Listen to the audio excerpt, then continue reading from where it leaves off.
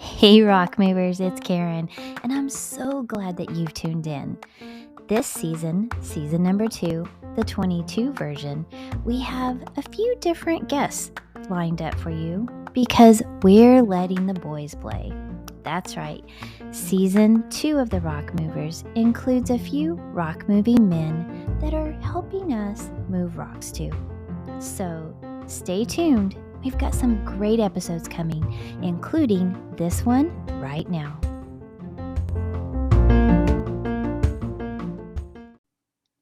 All right.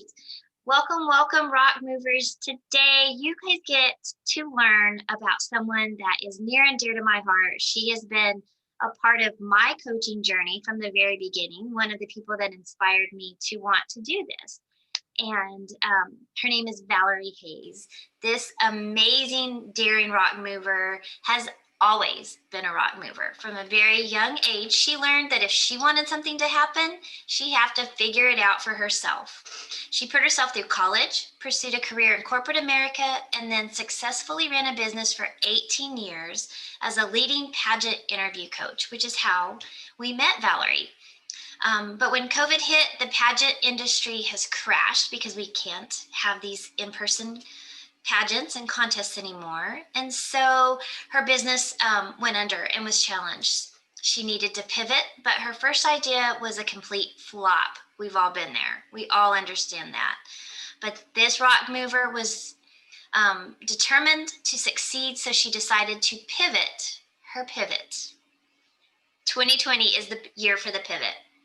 Now she runs a successful job search consulting business, helping people get the job they want so they can change their life.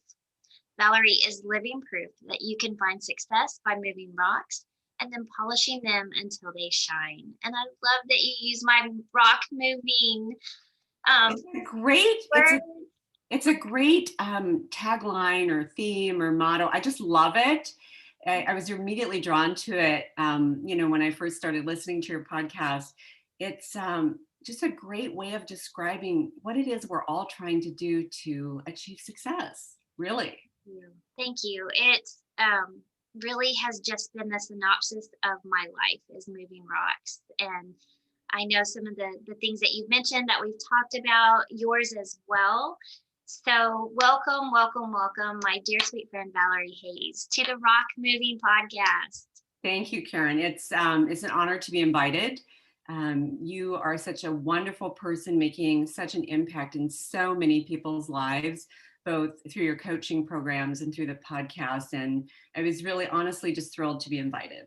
Wow, thank you. It is my honor because, as I mentioned in the introduction, I have looked up to you for so many years. You were instrumental in my daughter Stephanie's success in her pageant world and the competition, and you made some amazing introductions to people that also contributed to her success. And you just were always this voice of reason, this calm in the storm, and had a way with words that helped us understand things in a new light. And tremendously impacted Stephanie's success and her confidence and who she is today as a mom, as a woman, as a business owner. So first off, I want to publicly thank you for that impact that you had on her. And thank you for those very kind words. It's very kind. And of course, Stephanie was fabulous to work with. I enjoyed every moment. And you were a great pageant mom to work with too. Thank you. And let's be honest, Stephanie was not always great to work with. She was very bullheaded and very stubborn, which is. But those are always the most talented. I'm sure you know already from coaching, your most challenging coaching clients are also your most talented and have the greatest potential. So the payoff is really wonderful when it happens. I think they are the ones that don't give up when the rest of things go hard. And don't go the way that you think they will. But it did take a bit for you to get through to her in changing her mentality. So that's why I was saying she wasn't always wonderful, but she is an amazing, wonderful human and mom and learned so much from you. And I'm so proud of her. She had tremendous success, and very, very proud of her for working so hard. But that isn't why we're here. We're here to talk about all the things that you're doing now. And with COVID and everything that's going on, tell us, what are you doing these days to, my first question is always, to move the rocks for yourself? What self-care pieces are you doing? Well, in a way, I was really, so it was kind of a double-edged sword. I had challenges early in life as a young child, and but they also turned out to be blessings that helped me develop skills that I'm able to use now. My parents were not engaged, were not supportive. I think that you could say that they were good people individually, but they were in a marriage that was very stressful, and both of them felt very trapped in the marriage. And because of the stress in that relationship and the frustration and the anger, they were bad parents. And it was hard growing up. And I remember realizing in the 6th grade that my parents just didn't have the emotional bandwidth to be supportive. They were all doing all the physical things, providing food, shelter, clothing, getting us to and from school. But that's sort of where it ended. They just weren't able to invest emotionally because they were completely spent themselves. And so in the 6th grade, I recognized that that was a challenge, and that if there were things that I wanted to do, I was going to have to do them myself. And to make it even slightly more complicated, I was gifted with talents and abilities that were different than what my parents were or what they expected. My father is absolutely brilliant, and his gift was in math and science, a totally, a genius level person. And their first child, my older sister, was also extremely intelligent and gifted in math and science. And so they sort of expected that their second child might be too, and no, that was me. Here I am. And I was much more interested in social things, in friends, in activities. I was in all kinds of activities in high school. I knew everybody knew me. I interacted with all kinds of different groups. I was very curious. And so I was very highly motivated towards social skills. And that was hard for them to value because of their own personal backgrounds and experience. And so unfortunately, on more than one occasion, my father would tell me how stupid I was, and that he did not believe I would ever graduate from college. And my mother, you know how mothers are, they're a little more hopeful, right? A little more hopeful. She thought I might make it through high school, but that I wasn't smart enough to, might make it through high school, but I wasn't smart enough to go to college. And so of course, my older sister was smart enough to go to college, and they encouraged her to go to college. But they thought that if I graduated from high school, that I could maybe get through a program in vocational school and get a job like as a medical technician testing blood or something. And so there were a lot of messages as I was growing up that I wasn't good enough, I wasn't smart enough, I didn't have what it takes, and that the dreams and the things that I was interested in doing and pursuing weren't worth doing, and that I should do, math and science instead. And my older sister would absolutely love to sit down and flow chart a problem and, get a resolution. And I was much more interested in, being in the marching band or, watching a classic movie. So it was very hard for them, and it was hard for me. And so I remember in junior high, I started to develop sort of a framework of how to get things done. And when I was in high school, that's when it really sort of blossomed for me. I did, yes, in fact, graduate from high school. And I did go on to put myself through college.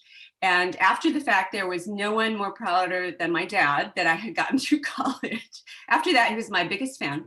But so I learned that to move rocks, no matter what the situation is, whether it's people telling you that you don't have what it takes to succeed, or they don't believe in your potential, or going through a difficult job change, difficult relationship situation. My husband and I have been married for 36 years. Certainly we've had ups and downs, in just regular life stuff. And I think you need to have a framework in place that you sort of rely on, and that is kind of your go-to framework for living. Because otherwise, I think it's very easy to get pulled in different directions. And, one person says, do this thing, one person says, do that thing. There's a lot of people out there with advice. And I think it's great to listen to the advice, but you have to develop your own framework. Yes. So over time, I sort of came up with what I very loosely call my 6 success life hacks. And these are the things that I always make sure I'm doing. No matter what's going on, no matter what challenge I'm facing, I'm always doing these things. And although they might not sound like self-care, they really are self-care, because these are tools and processes and systems that I rely on to help me get to where I want to be, right? There's a difference between where I want to be or you want to be and where other people want you to be, right? Absolutely. And so you have to be genuine and authentic to yourself. And so the first one of those, my first life hack, is to create a strong vision. If you don't know where you're going, you're never going to get there. There's that story about that reporter who went to do an interview with Will Smith, the famous actor, and walked into the living room, and there was a wall with Post-it notes all over the wall. You might have heard this story. And it was just covered with Post-it notes. And the reporter asked what those were. And Will Smith said those were the different scenes for a movie that he was in the process of writing and producing. And the reporter was just overwhelmed with the number of Post-it notes. And he goes, how do you even know where to start? There's so many things up here. How do you know where to start? And Will Smith said, you always start with the last scene. You put the Post-it note up that describes the last scene, the ending that you're trying to create. And then you reverse engineer everything. How do I get to this spot? And so you need to have a strong vision. Every year I have a vision board or a dream board.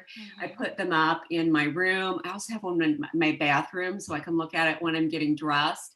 And I just find it really, really helpful to have a visual representation of what I'm doing. It helps me remember what my goals are, because with so many things pulling at us for time and energy, it's easy to forget. And right now, I had cut out some pictures about decorating. I'm working on decorating my entryway in my house and my library, which is just outside the office there. And then also the powder room on the first floor. And because it's really been kind of something nice and positive to hang on through during COVID. I'm creating beauty and harmony, and especially during a year where everything seems to be complete chaos. And another thing that's helpful about the vision board is when I have free time, I ask myself, I'm sitting there going, oh, what should I be doing? I think, what can I do from my vision board? What is something on my vision board that I could be working on right now? Yeah. And so that really kind of helps too. So the first thing I do to move rocks is create a vision board so I know what I'm trying to build with my rocks, right? And then the second thing, my second life hack, and I've been doing this really since high school, is I have what I call a planner habit. It's not a planner addiction, it's just a planner habit. And it can become an addiction though. It really can, let's be honest. I get easily distracted. And sometimes I feel like I can set a goal and keep that goal in my head for 3 days. And then after 3 days, I have something else I've thought of that I want to do, right? So at the beginning of every week, I pick out 3 things that I want to accomplish that week. And then I, and these are more project things, not to do things, not like, drop off the dry cleaning or pick up the prescription or do a deposit at the bank. These are more project things that are actually going to move me closer to something on my dream board or vision board. And so I pick out 3 things, and then I make sure to work on at least one of those 3 things each and every day. And sometimes I'll, on Friday, spend the whole day on one of those things. And I find that is really, really helpful. I also, as part of my planner habit, plan the next day every night. Now, usually, I know that people say, oh, you should take your planner, your paper planner to bed. And okay, girl, by the time I'm going to bed, I'm freaking exhausted. And I just don't have the energy. Like, okay, now I have to plan tomorrow. So I just, on the notes app on my phone, I just write down, 3 to 5 ideas of things that I want to do the next day. And in the morning when I wake up, then I'm full of energy and ready to go. Then I plan out the day. So you just have to find, a lot of people do it at night. I do it sort of at night and in the morning. And you just have to do what works for you. Also, and the reason why I call it planner habit as opposed to, addiction is I don't use my planner every day. During the week, I use it Monday through Friday every day, my written planner, just because it helps me keep on track. On the weekends, I give myself a little room to be a little bit more relaxed. I have ideas of things that I want to get done, but I give myself some breathing room to make sure I'm having fun too, because, and I'm sure we've all done this, we can work ourselves to death. Yes. And you're creating success for other people and you're making meaningful contributions, but you're not experiencing joy or happiness in your own life.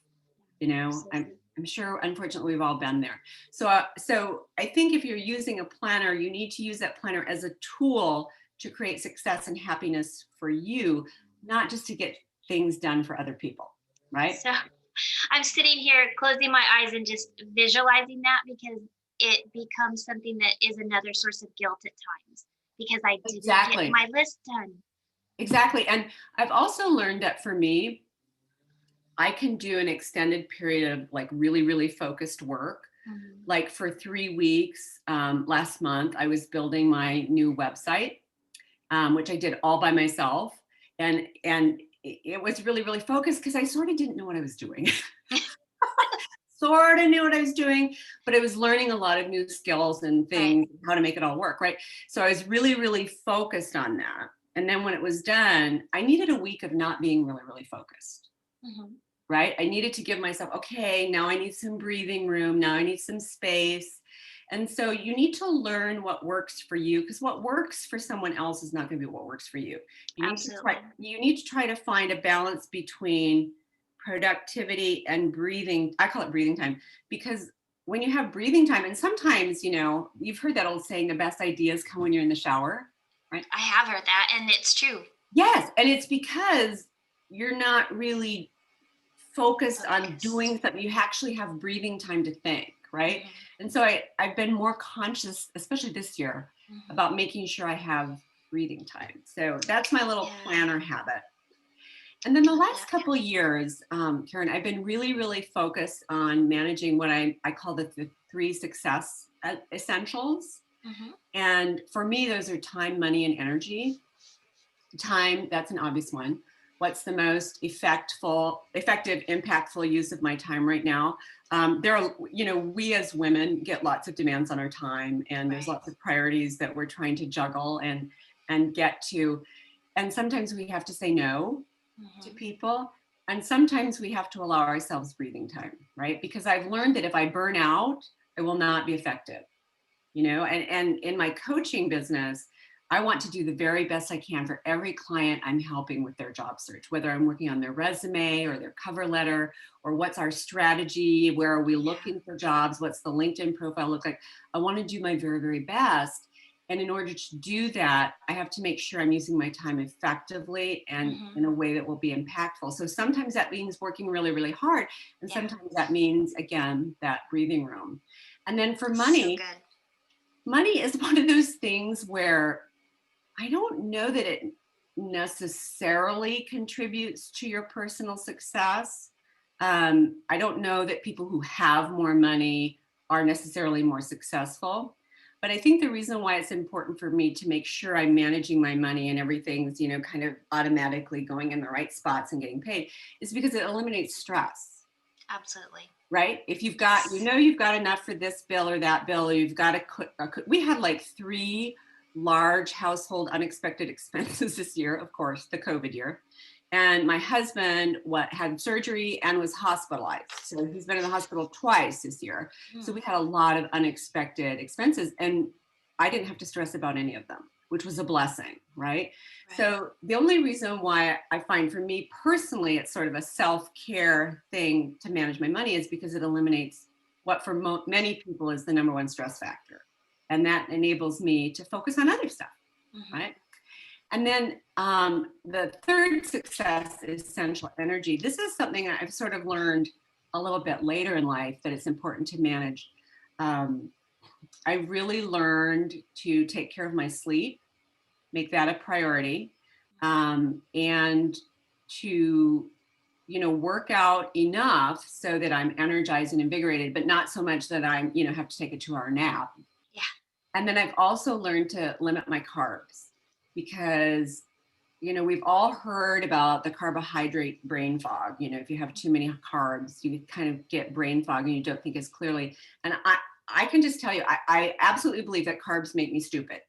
If I have too many carbs, I feel like, I don't know what to do. I just feel stupid. Like I don't make good decisions. I can't even make a decision, right? So I haven't eliminated carbs totally because I love carbs. Who doesn't? But I have learned, to balance it. If I have a carb heavy lunch, I don't have as many carbs at dinner, right? If I've had a lot of carbs during the day, let's not go out to Dairy Queen at night because it does impact me and I do feel it the next day. And I think that's one thing that in our culture, we don't necessarily notice quite so much about nutrition and how it impacts our performance. And I think there's a new awareness about that, generally speaking. And certainly with COVID, there's an awareness that, if you're healthy to begin with, you're less likely to have severe COVID issues. Not always, but less likely. And so the carb thing is something that I have been more conscious of, not necessarily thrilled about because I love candy and ice cream. But by managing my sleep and my physical exercise, because as a coach that when you're coaching, you spend most of the time sitting, right? You're sitting still. So I get out, I walk the dog, I maybe do the treadmill if it's raining or if it's too cold to walk.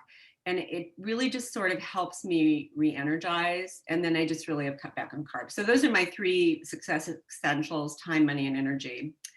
And then the fourth life hack I've learned to incorporate is always be learning something, a new skill, a new ability. Maybe it's just something new you're learning. Maybe you're learning about, French art from the 14th century or something. And the reason why I found that's important for me is two things. First of all, it expands your possibilities. You have more choices available to you because you have more skill sets, right?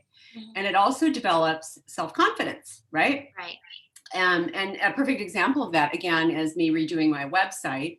I've been on this particular website platform for 4 years and have relied on a website developer in the past. And, after the website developer would create a page, I would go in and tweak it and adjust it. And over time, I've gradually been picking up skills. And so right now, because my business completely went under, I didn't have the money to pay a website developer. So if I wanted a new website, I was gonna have to do it myself, right?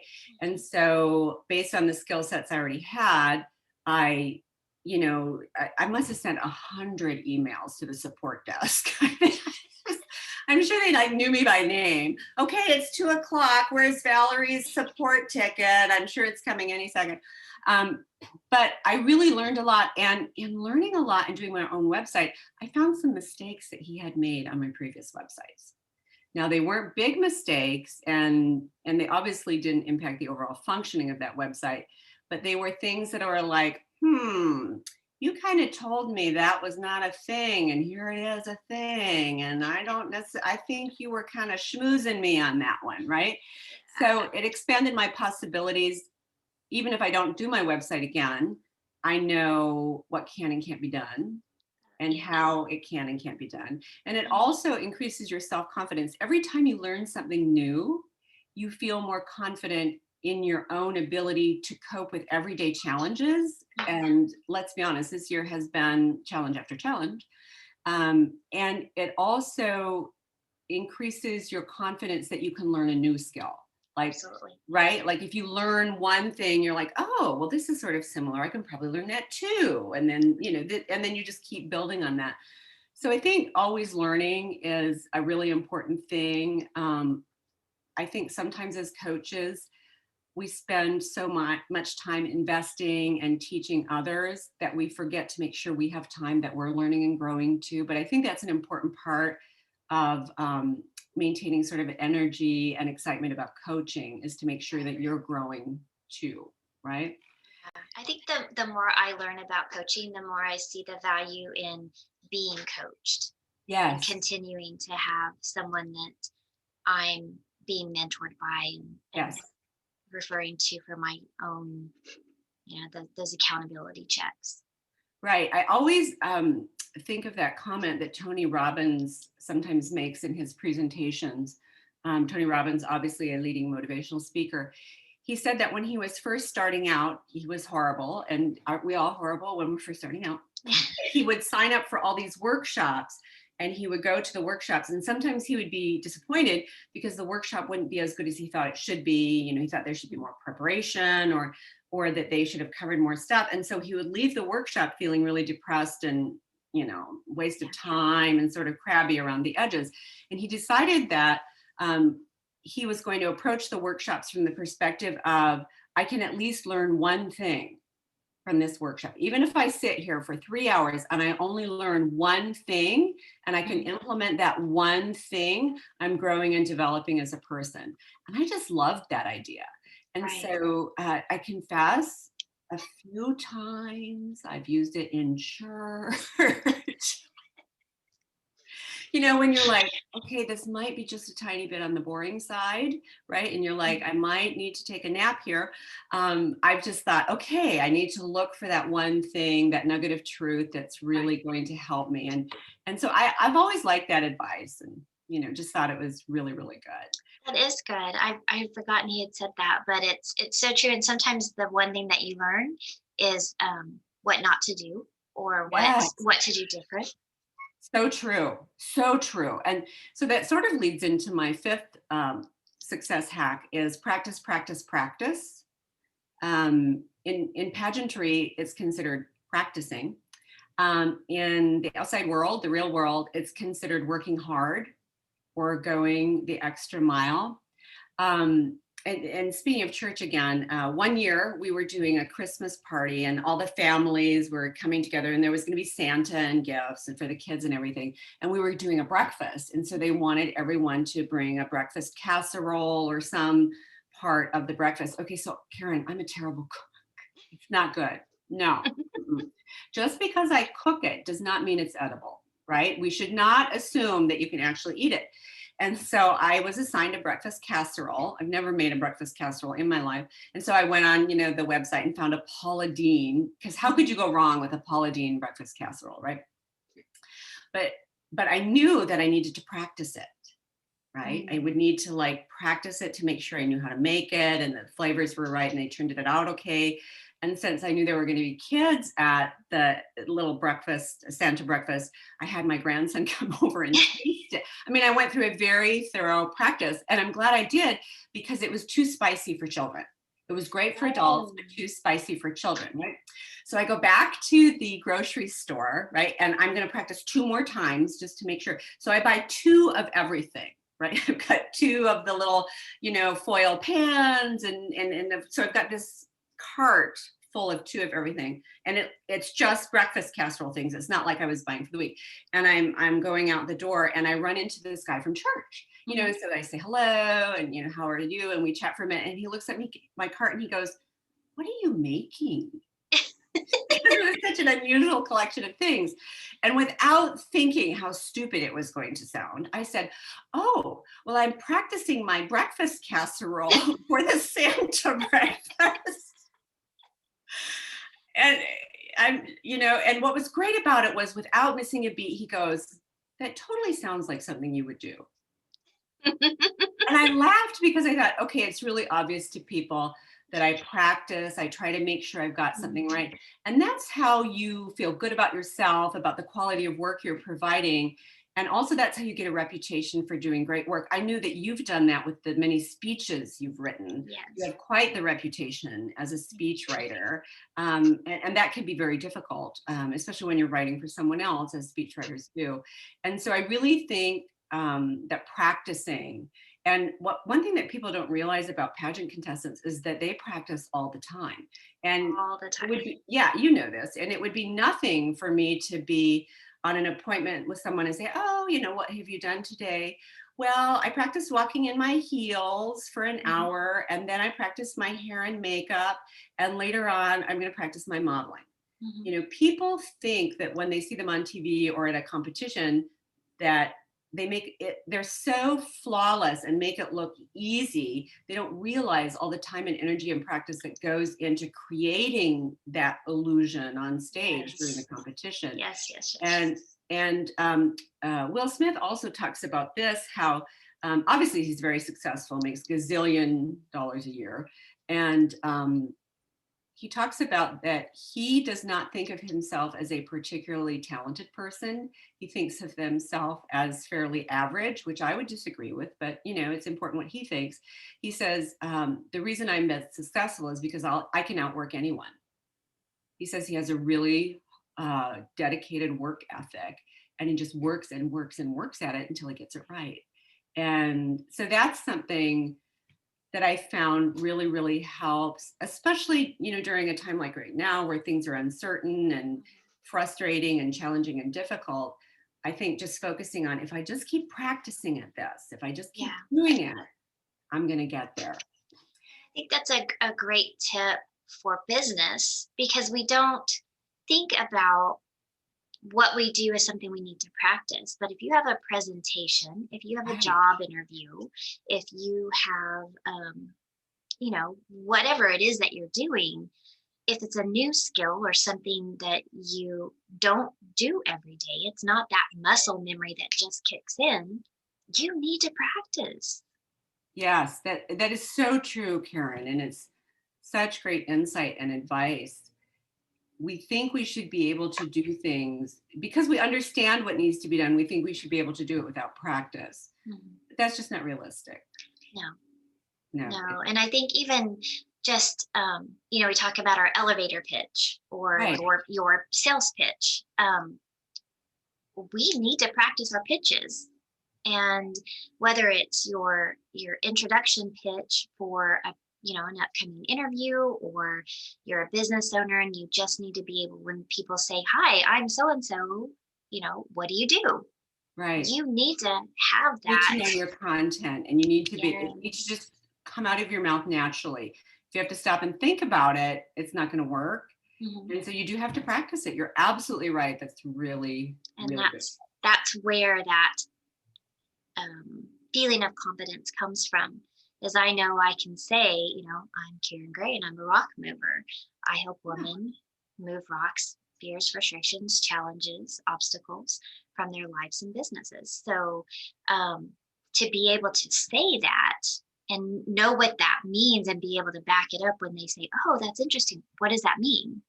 Right. Then that's where, because I said something that made sense or made them, lean in, you have another opportunity to talk more. So I love that.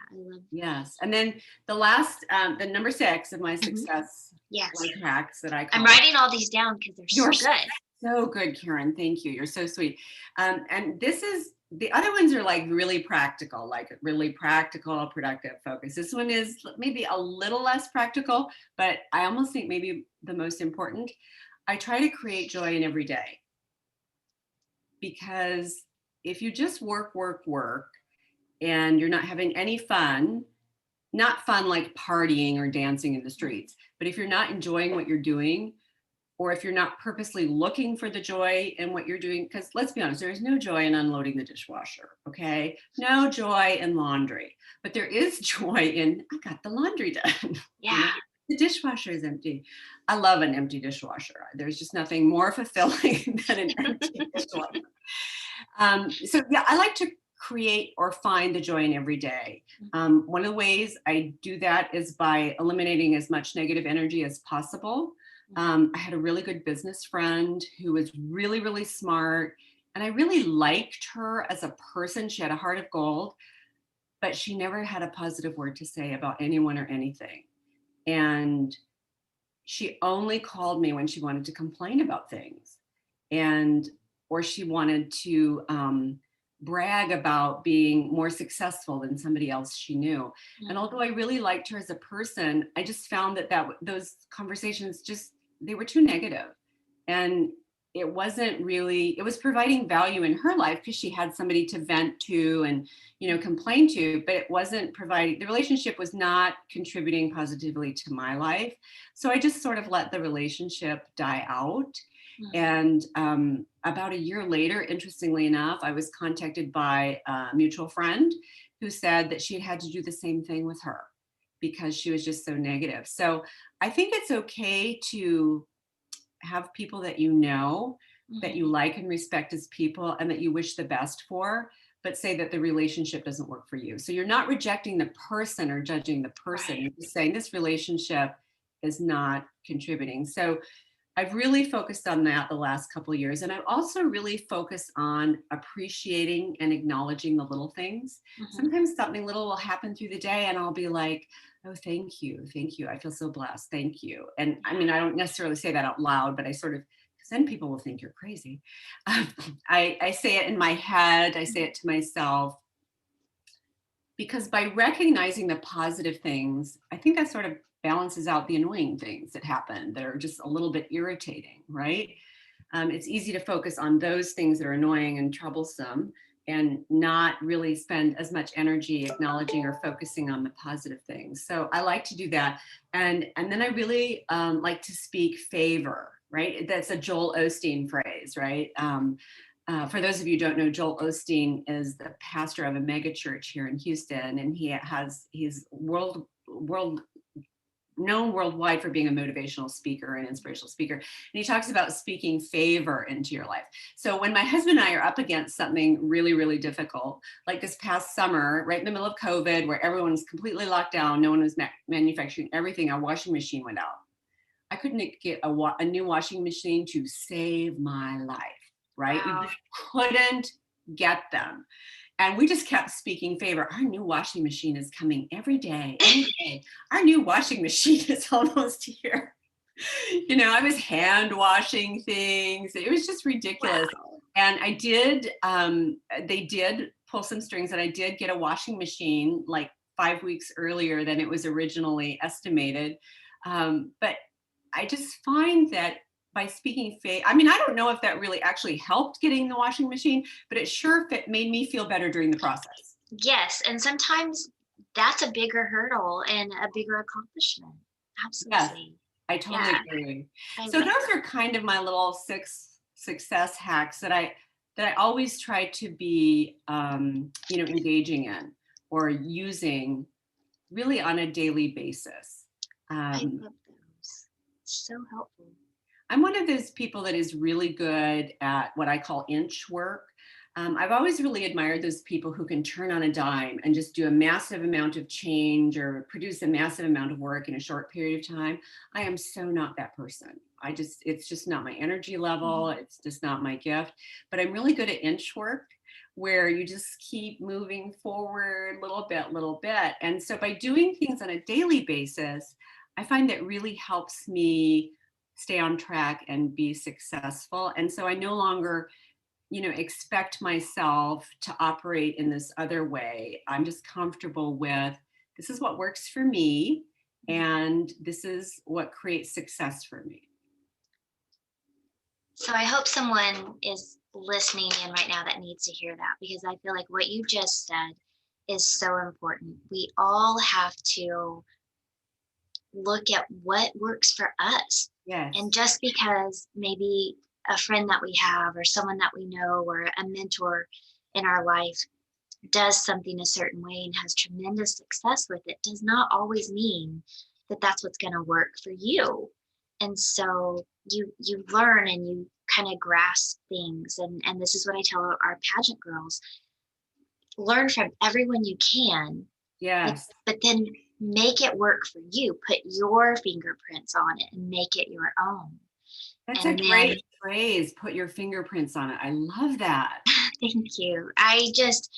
We have to imprint it like you do a horse. You have to imprint something and make it your own. And so, by putting your fingerprints on it, I mean, like, get your hands around it, really own it, and then check where you were yesterday, because you're not trying to be better than that person or that person or Right. that person, but you're trying to be better than you were yesterday or your last job or your last pageant or your last project, whatever it is that you're improving on.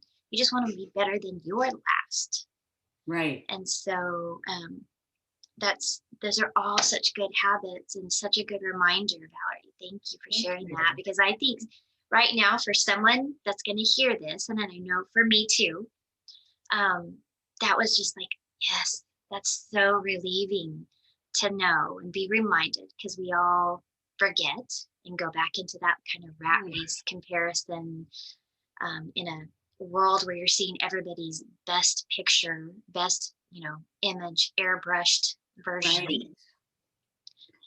You're just trying to be better than you were at another time, or improve in a way that you feel more confident about. Not even better than, just you feel better about it.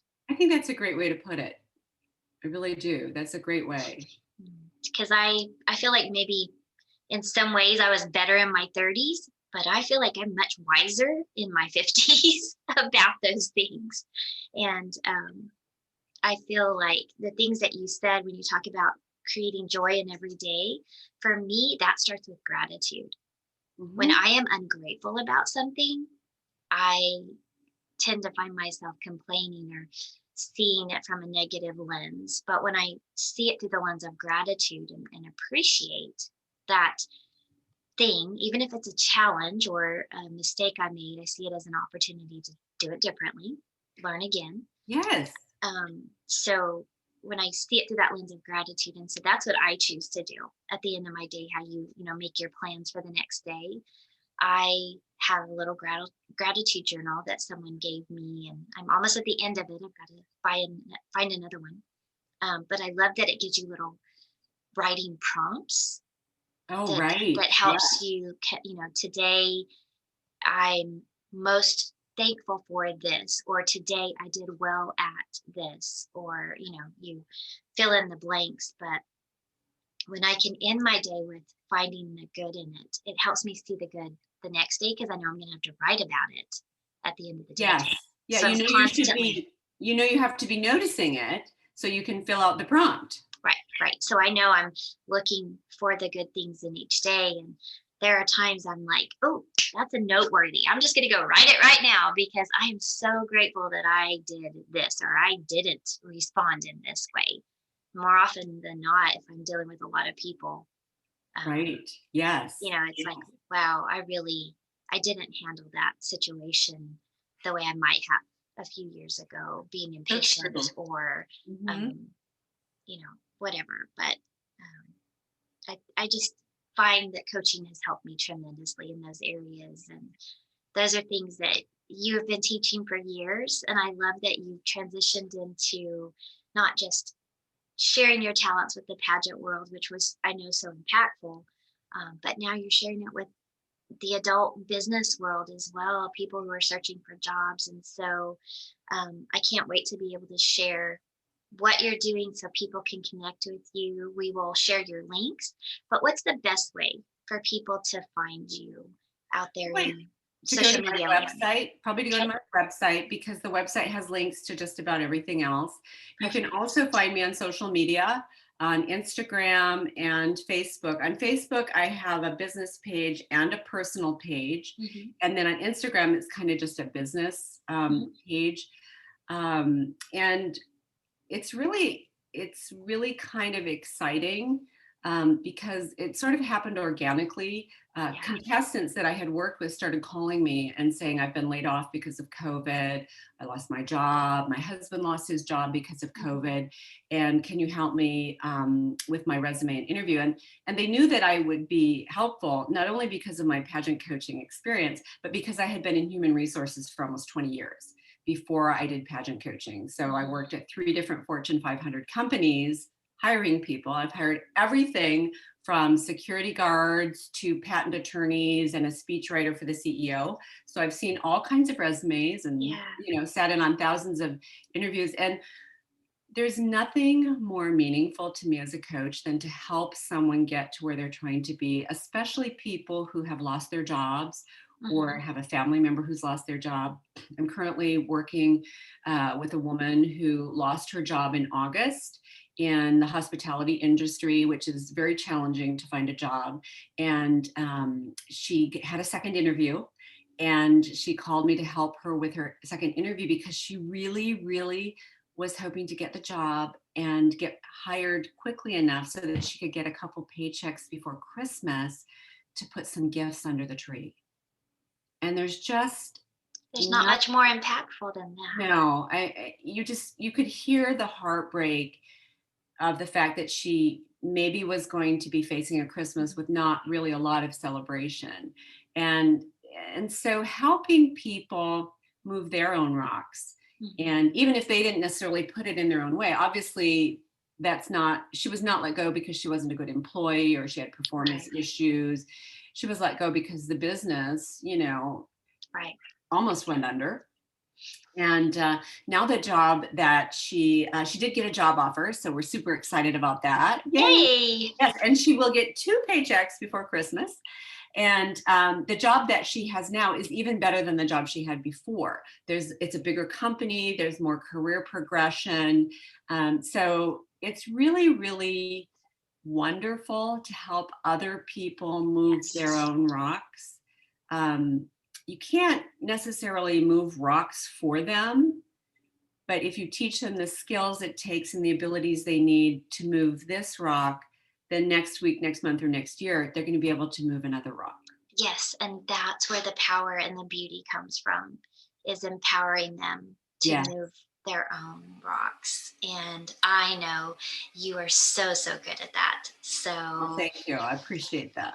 Obviously, you helped her, you've helped us, and I just want my rock movers to know that you're available and can help them as well. So we'll definitely put all the links in, and I want whoever needs some extra rock moving business skills and interview skills and resume help to be able to tap into your amazing talent. So thank you for sharing that with us and with my community. I appreciate you so much. Well, thank you so much for having me on your podcast.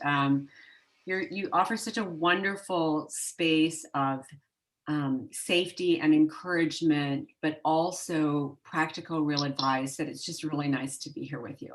Well, it is my honor and a pleasure, and I can't wait to share you and just to stay connected with you and support you in your new endeavor.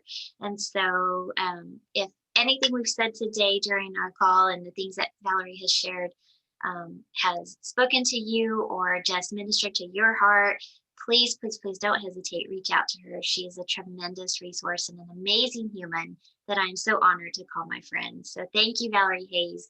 Mwah. I wish you all the best and much success, which I know will happen because that's just who you are. But thank you for sharing with our rock movers today. Thank you.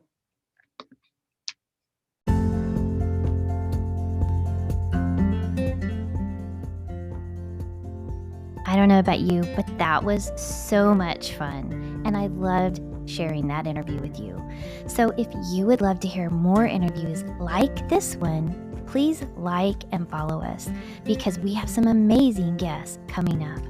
And if you'd love to be on the episode or love to recommend someone to be on the Rock Movers, please connect with the link in the show notes. I'm all about sharing amazing people, and I love meeting new people who are changing the world around them. or moving rocks. So again, thanks for staying, thanks for being a part of my world, and thanks for making a difference. Until next time, see you later.